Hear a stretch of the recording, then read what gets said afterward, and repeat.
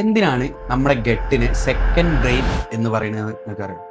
ഞാൻ പറഞ്ഞു. അതായത് നമ്മുടെ കുടലിനുള്ളിൽ ഏകദേശം 50 കോടിയിലധികം ന്യൂറോൺസുകൾ ഉണ്ട് എന്നാണ് പറയപ്പെടുന്നത്. അതായത് നമ്മളൊക്കെ സ്പൈനൽ കോഡിനുള്ള ഇനംകാട്ടിലും എത്രയോ അധികം. അതും പോരായിട്ട് ഈ ന്യൂറോൺസുകളൊന്നും ശരിക്കും പറഞ്ഞാൽ തലച്ചോറിന്റെ പെർമിഷൻ വാങ്ങിയിട്ടല്ല പണിയെടുക്കുന്നത്. വേറൊരു ഇൻട്രസ്റ്റിംഗ് കാര്യം എന്താ വെച്ചാൽ നമ്മുടെ ഗട്ടും ബ്രെയിനും തമ്മിൽ ഒരു കമ്മ്യൂണിക്കേഷൻ ലൈൻ ഉണ്ട്. അതിന് വേഗസ് നെർവ് എന്നാണ് പറയുന്നത്. നമ്മൾ വിചാരിച്ചു വെച്ചാൽ എന്താണ്, ബ്രെയിനാണ് ഗട്ടിനുള്ള പെർമിഷൻസും ഓർഡേഴ്സും ഒക്കെ കൊടുക്കുന്നതെന്നാണ്. ഈ വേഗസ് നെർവിന്റെ കേസിൽ 95% സിഗ്നൽസും കൊടുക്കുന്നത് നമ്മുടെ ഗട്ടിൽ നിന്നും ബ്രെയിനിലേക്കാണ്. നമ്മുടെ ഗട്ട് ബാക്ടീരിയ ശരിക്കും പലതരത്തിലുള്ള കോമ്പൗണ്ട്സുകൾ ഉണ്ടാക്കുന്നുണ്ട്. ഡോപ്പമിൻ, സെറട്ടോണിൻ, ഗാബ പോലുള്ള ന്യൂറോ ട്രാൻസ്മിറ്റർ റിലേറ്റഡ് ആയിട്ടുള്ള കെമിക്കൽസുകൾ.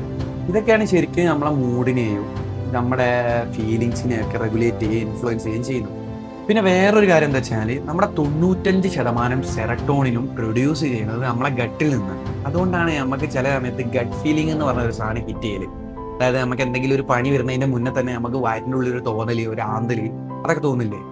ഇതൊന്നും ഒരു തോന്നലല്ല, നമ്മുടെ ബ്രെയിനും ഗട്ടും അത്രത്തോളം കൺസിസ്റ്റന്റ് ആയിട്ട് കമ്മ്യൂണിക്കേറ്റ് ചെയ്യുന്നുണ്ട് എന്നുള്ളതിൻ്റെ ഒരു തെളിവാണ്. അതുകൊണ്ടാണ് നമ്മുടെ മൂഡും നമ്മുടെ ഇൻട്രസ്റ്റുകളും മറ്റു കാര്യങ്ങളും നമ്മുടെ സ്ട്രെസ്സും ഒക്കെ ഗട്ട് റിലേറ്റഡ് ആയിട്ടാണ് സംഭവിക്കുന്നത് എന്ന് പറയുന്നത്.